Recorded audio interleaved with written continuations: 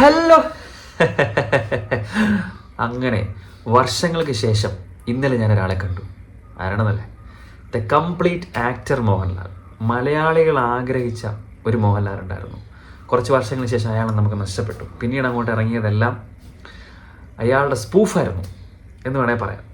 പക്ഷെ ഇന്നലെ കണ്ടു. എന്താണ് അഭിനയിക്കുന്ന മോഹൻലാലിനെ, അഭിനയിക്കുന്ന ലാലേട്ടനെ ഇന്നലെ കണ്ടു.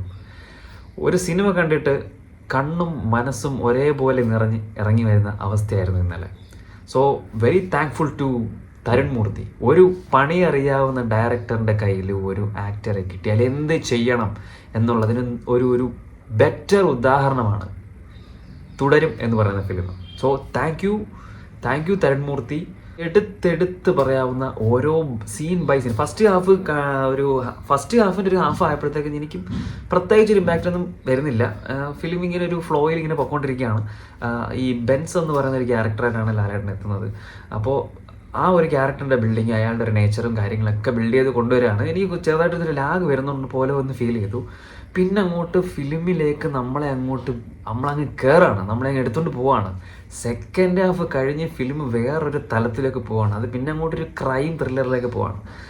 അതിൻ്റെ ഇടയ്ക്ക് കൂടെ തന്നെ ലാലേട്ടനെ തന്നെ ട്രോളുന്നുണ്ട്. ഒരുപാട് റെഫറൻസുകൾ എടുത്തിട്ടുണ്ട്. ലാലേട്ടനെ തന്നെ സിനിമയിലെ പല ഡയലോഗ്സ് എടുത്ത് വെച്ചിട്ട് പുള്ളിക്കാരനെ തന്നെ ട്രോളുന്നുണ്ട്. 1-2 ഒടിയനിലെ ഡയലോഗും പിന്നെ മരയ്ക്കാലുള്ള ഡയലോഗൊക്കെ എടുത്തിടുന്നുണ്ട്. കഞ്ഞി എടുക്കട്ടെ, ആ സാധനങ്ങളൊക്കെ ഇടുന്നുണ്ട്. പക്ഷേ അതൊക്കെ പ്ലേസ് ചെയ്തിരിക്കുന്നതെന്ന് പറഞ്ഞാൽ ഒട്ടും ബോറാവാത്ത വിധം ആണ് പ്ലേസ് ചെയ്തിരിക്കുന്നത്.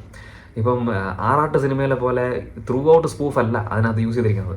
ചില സീനുകളിലൊക്കെ എന്ന് പറഞ്ഞാൽ നമുക്ക് ബോറടിപ്പിക്കാത്ത വിധം എന്നാൽ ചിരി വരുന്ന രീതിയിൽ ആണ് അതെല്ലാം പ്ലേസ് ചെയ്തിരിക്കുന്നത്. പിന്നെ ഓൾമോസ്റ്റ് സിനിമയിൽ മഴ, ഇരുട്ട്, അങ്ങനത്തെ ഉള്ളൊരു ഇതാണ്. ആദ്യത്തെ ഒരു സെക്കൻഡ് ഹാഫിന് ശേഷം ഫുള്ള് ഇരുട്ട്, രാത്രി, മഴ. സിനിമാറ്റോഗ്രഫി ആയിക്കോട്ടെ, കളറിങ് ആയിക്കോട്ടെ, അതിൻ്റെ ഒരു ആംബിയൻസ്, ഫിലിമിൻ്റെ ഒരു ഫസ്റ്റ് ഹാഫിൻ്റെ ആംബിയൻസ് അല്ല സെക്കൻഡ് ഹാഫിലോട്ട് വരുമ്പോഴത്തേക്ക്. സെക്കൻഡ് ഹാഫിൽ നമ്മളെ അങ്ങ് കൊണ്ടുപോവാണ്. ലാലേട്ടൻ കരയുമ്പോൾ നമ്മൾ കരയും, ലാലേട്ടൻ പേടിക്കുമ്പോൾ നമ്മൾ പേടിക്കും, ലാലേട്ടൻ ചിരിക്കുമ്പോൾ നമ്മൾ ചിരിക്കും. നമ്മൾ അവരുടെ ഫാമിലിയിൽ ഒരാളായിട്ട് മാറുകയാണ്.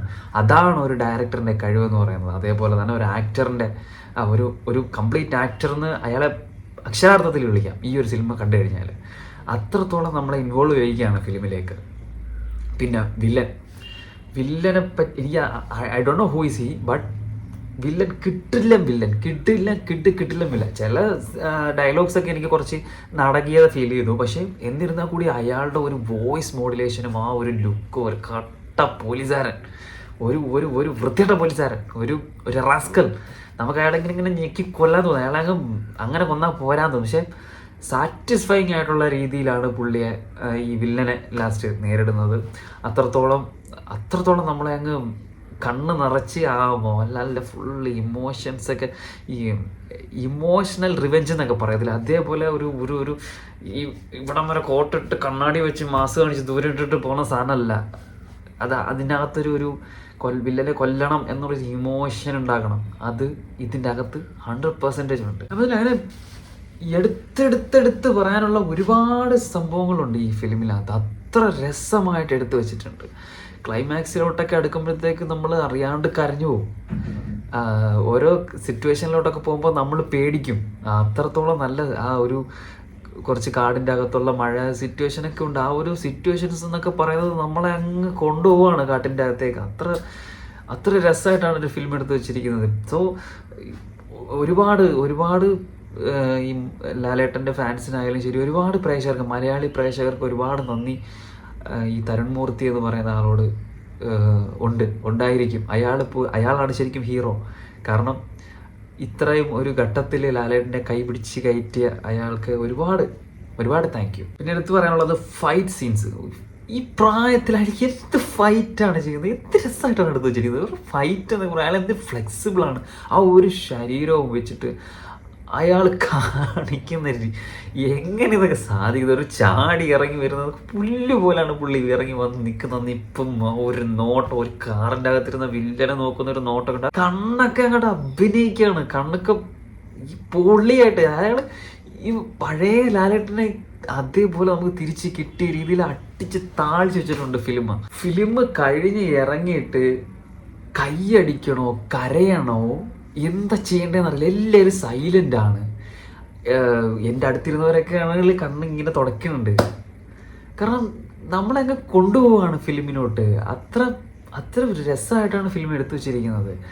പിന്നെ പിന്നെ എനിക്ക് തോന്നിയതാണോ എന്നറിയില്ല, ഇൻട്രോ സീനിലുള്ള ലാലേട്ടൻ്റെ ഫേസ് എന്ന് പറഞ്ഞാൽ പഴയ ലാലേട്ടൻ തന്നെയാണ്. കാരണം ആ ഒരു ക്യൂട്ടുണ്ടല്ലോ, പുള്ളിയുടെ ഒരു ചിരി ഉണ്ടല്ലോ, ആ ഒരു ചിരി, ഒരു തമാശ, ഒരു ഇതുണ്ടായിരുന്നു. പക്ഷെ പിന്നെ അങ്ങോട്ട് പോകുമ്പോഴത്തേക്ക് എനിക്ക് തോന്നി ചെറിയ ഫേസിൽ എക്സ്പ്രഷൻ ഇടാൻ കുറച്ച് ബുദ്ധിമുട്ട് കാണിക്കുന്ന പോലെ തോന്നി. എന്നിരുന്നാൽ കൂടിയും മാക്സിമം അയാൾ ചെയ്തിട്ടുണ്ട്. നമുക്ക് അത് ഫീൽ ചെയ്യില്ല. എനിക്ക് മാത്രം തോന്നിയാണെന്ന് അറിയില്ല, പക്ഷേ എനിക്ക് ചെറുതായിട്ട് തോന്നുന്നുള്ളൂ. പക്ഷെ അതൊരു പ്രശ്നമേ അല്ല.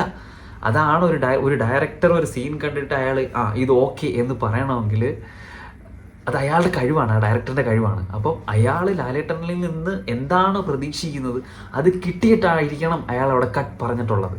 കാരണം അത്രയ്ക്ക് അയാൾ പണിയെടുത്തിട്ടുണ്ട്, ലാലേട്ടനും പണിയെടുത്തിട്ടുണ്ട്. ആ ഡയറക്ടർ ആ ലാലേട്ടനെ പണിയെടുപ്പിച്ച് ആ ഔട്ട്പുട്ട് അയാൾ കൊണ്ടുവന്നിട്ടുണ്ട്. അതിൻ്റെ ഫലം അയാൾക്ക് കിട്ടിയിട്ടുമുണ്ട്.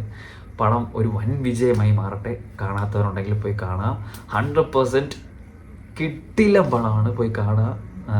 നമുക്ക് നമ്മുടെ പഴയ ലാലേട്ടൻ്റെ കളിയും ചിരി തമാശയും ആക്ഷനും ഇമോഷണൽ സീനുകളും എല്ലാം നമുക്ക് കാണാൻ പറ്റും ഇതിനകത്ത്. ഇനി അങ്ങോട്ടുള്ള ഫിലിമുകളും അദ്ദേഹത്തിൻ്റെ ഇങ്ങനെ തന്നെ ആവട്ടെ എന്ന് പ്രാർത്ഥിക്കുന്നു.